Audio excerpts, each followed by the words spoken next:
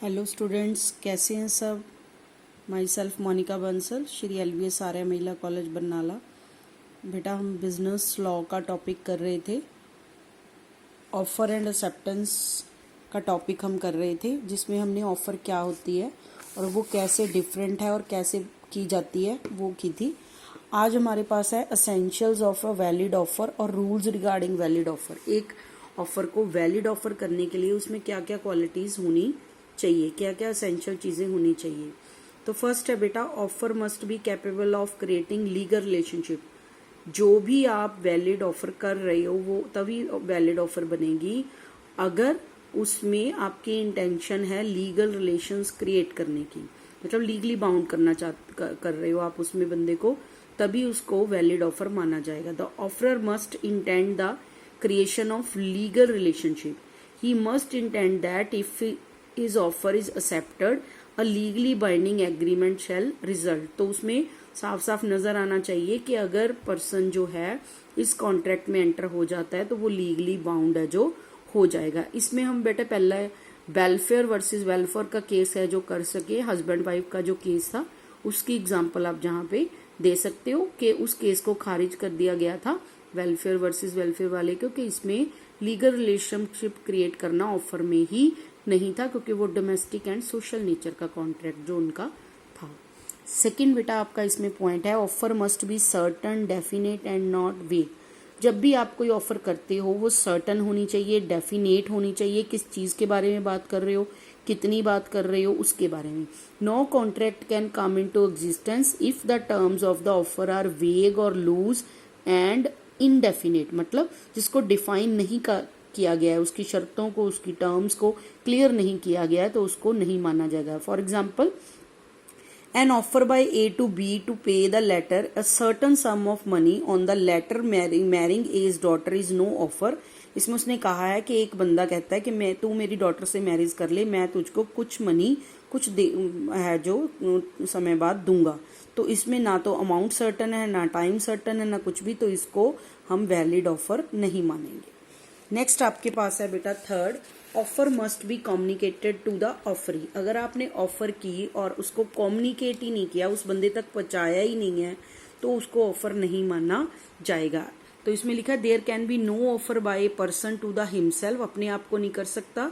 It must always be communicated to the offeree. जो offeree है जिसको आप चाहते हो कि वो एक्सेप्ट करे, उस तक पहुंचानी जरूरी है। If there is no communication of an offer there is no acceptance resulting in the contract. अगर आपने ऑफर नहीं, उसको कम्युनिकेट ही नहीं, कहीं पहुंचाई नहीं, तो वो कॉन्ट्रैक्ट नहीं है। जैसे ए ने बी को लेटर लिखी कि मैं 200 रुपए में अपनी घड़ी है जो तुमको बेचना चाहता हूं, पर लेटर अपने पास ही रख ली पॉकेट में, उसको कभी उसने पोस्ट ही नहीं किया, तो बी इस ऑफर को एक्सेप्ट नहीं कर सकता, क्योंकि ये ऑफर उसको की ही नहीं गई। इसमें बेटा लालमन मैन शुक्ला वर्सेस गौरी दत्त का केस है, जिसमें एक डी पर्सन जो है वो अपने सर्वेंट है पी को ढूंढने भेजता है अपने भतीजे को, नेफ्यू जो उसका गुम हो गया है। जो डी है जब वो उसको भतीजे को भेज देता है ढूंढने के लिए पी को, तो उसके बाद कह देता है कि जो मिसिंग बॉय है उसके लिए क्या कर देता है, मैं इनाम दूंगा जो उसको लेके आएगा। लेकिन पी को इसके बारे में, सर्वेंट को इसके बारे में कुछ भी पता नहीं है। सर्वेंट उस लड़के को ढूंढ के नेफ्यू को ले आता है, तो पी जो बाद में है क्लेम करता है कि मुझे ये रिवॉर्ड है जो मिलना चाहिए, क्योंकि मैंने जो है उस लड़के को ढूंढा है और इसने इनाम घोषित किया था। तो इस केस में, जो केस में ये खारिज कर दिया गया इस पर पे कि जो पी है सर्वेंट है, उसको तो इस ऑफर के बारे में पता ही नहीं था, फिर भी वो ढूंढ के लाया, क्योंकि ये उसकी ड्यूटी बनती थी, क्योंकि वो उसका सर्वेंट है और जो भी ऑर्डर वो उसको देगा उसको वो मानना पड़ेगा। तो offer must be communicated to the offeree. Next है, offer must be made with the view to obtaining the assent of the other party. जब भी हम कोई ऑफर करते हैं तो उसमें ये इंटेंशन आनी चाहिए कि हम सामने वाले पर्सन को बोल रहे हैं कि तू मेरी ऑफर को एक्सेप्ट कर ले, कर सकता है जा, तेरी मर्जी है, नहीं कर सकता। जैसे कि एक केस है, एक मान लो कि न्यूज़पेपर में किसी बंदे ने एडवर्टाइजमेंट दी है एक कि मैं बोली लगा रहा हूँ, ऑप्शन लगा रहा हूँ, वो बंदा दूर से चल के आ जाता है तो उसको आके पता चलता है कि बोली कैंसिल हो चुकी है, तो वो उसको स्यू केस नहीं कर सकता, क्योंकि जो एडवर्टाइजमेंट न्यूज़पेपर में दी गई है that is just invitation to offer, that is not offer. जो हमने पहले कवर किया है कि ऑफर और इन्विटेशन टू ऑफर में क्या फर्क है। उसने सिर्फ पब्लिक में ऑफर किया है, कोई भी बंदा उसको एक्सेप्ट कर सकता है, लेकिन आके जब तक वो उसको ऑफर नहीं कर देता टाइम पे प्लेस पे, दैट इज जस्ट इन्विटेशन। क्या जी, नेक्स्ट है एन ऑफर में B conditional.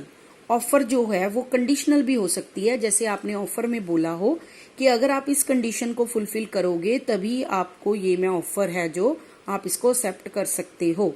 N offer can be made subject to a condition, in that case it can be accepted only subject to that condition. A conditional offer lapses when the condition is not accepted. अगर आप कहो मैं आपकी offer तो accept कर लेता हूं, पर जो आपने कंडीशन रखी है मैं वो नहीं मानूंगा, तो अपने आप ही ऑफर क्या हो जाती है, कैंसल। तो ऑफर जो है वो कंडीशनल भी हो सकती है कि अगर आप इस कंडीशन को फुलफिल करोगे तभी आपके लिए ये ऑफर है जो वैलिड है। नेक्स्ट है बेटा आपका, offer should not contain a term the non compliance of which would amount to acceptance. ऐसी कुछ ऑफर में बात नहीं कही गई होनी चाहिए कि अगर तुमने ये नहीं किया तो मैं मान लूंगा कि तुमने ऑफर एक्सेप्ट कर ली, ऐसा नहीं हो सकता।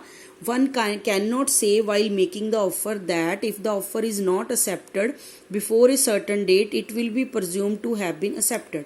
कोई ये नहीं कह सकता अगर आपने 10 तारीख से पहले पहले इसकी एक्सेप्टेंस नहीं दी तो मैं मान लूंगा कि आपने एक्सेप्ट कर लिया। आप ऐसे नहीं कर सकते, इसको ऑफर है जो नहीं मान सकते।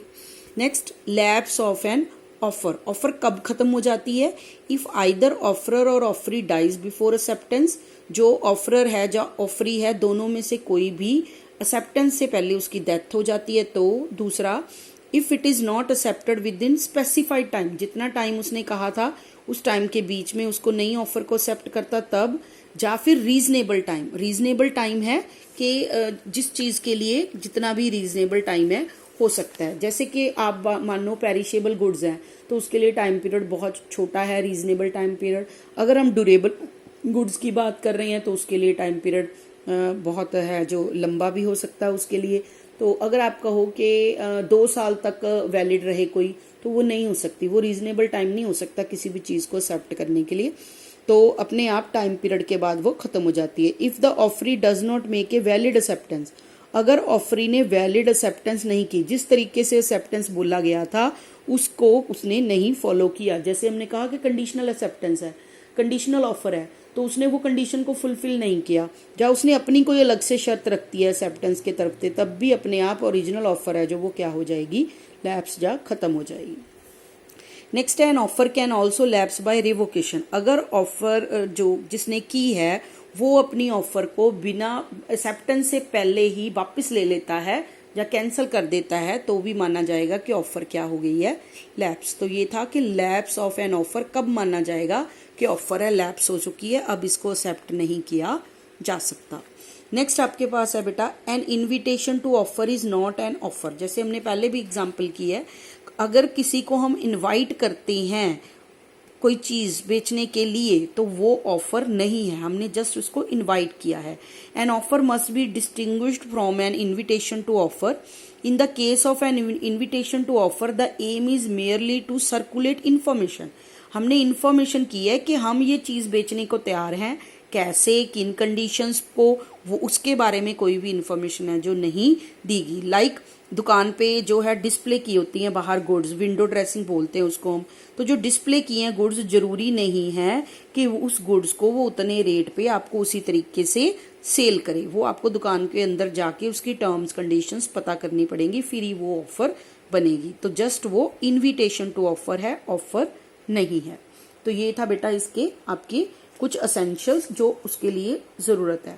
कुछ और तरह की ऑफर्स हो सकती हैं, जैसे कि बेटा स्टैंडिंग और ओपन ऑफर। स्टैंडिंग और ओपन ऑफर क्या होती है, where large quantity of goods है जो परचेज करनी होती है, जैसे रेलवेज वगैरह है, उनको टाइम टू टाइम मटेरियल चाहिए होता है, तो वो क्या करते हैं, टेंडर खोलते हैं, कॉल टेंडर सप्लाई उसके लिए बोलते हैं, लोगों को इन्वाइट करते हैं कि वो अपना अपना जो है कोट कर सकते हैं प्राइजेस जो हैं कि कितने पे वो गुड्स हमें सप्लाई करने के लिए तैयार हैं।